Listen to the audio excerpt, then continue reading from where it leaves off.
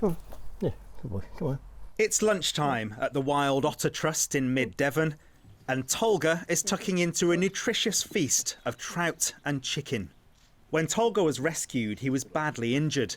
The trust is nursing him back to health, and founder Dave says it's vital work. Tell me why it is that you've dedicated so much time to otters. What is it that you like about them?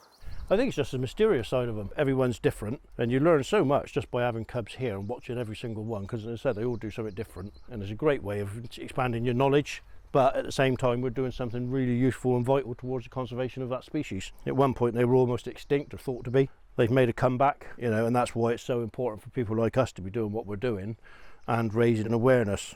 Last year, the trust, which is run entirely by volunteers, saw its busiest year ever for rescuing abandoned otters. We think that was because there's more people out walking because of COVID still. People are still wary, so they're working from home.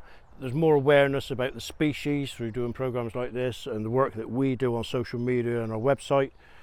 There's more awareness within wildlife rescue centres throughout the UK. So it's a combination of things. You can't pinpoint any singular one, but it's a combination of all that. Dave says many people don't know how to properly respond when they come across an abandoned or injured otter in the wild. Assuming it's not in immediate danger, the first thing you should do is give us a call. We can give them advice. We'll ask them a few simple questions. Is the animal in immediate danger? So is it next to a main road, or is it next to a very fast flowing flooded river with no sign of any other siblings or parents? If it's not either of those, we will say monitor it for 24 hours, because quite often the mother will leave it for a prolonged period of time, maybe up to 6, 7, 8 hours sometimes, while she goes off and does her mum things, leaves the cub in what she thinks is a safe place. The cub starts calling, and of course somebody finds it and inadvertently think they're doing the right thing, pick it up. The mother's going to go back, not going to find it, and probably clear off and leave thinking it's been separated, washed away, whatever. So ring us, we will advise you what to do. When most cubs reach around 11 months old, they're weighed and assessed in preparation for release. That's the best result for you, isn't it, to get them out there again? Yeah, absolutely. That's why we do what we do. They will be back in the wild where they belong, and that is the end goal for us.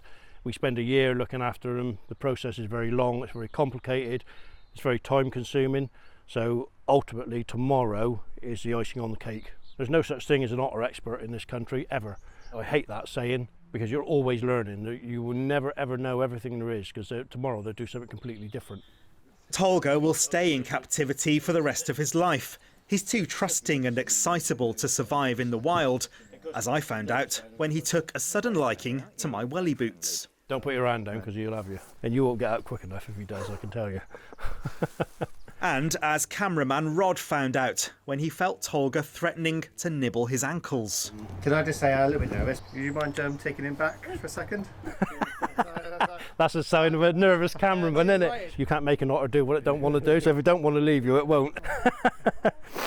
Eventually, we did manage to escape with all our fingers and toes intact, and having made a few new friends. Sam Blackledge, ITV News.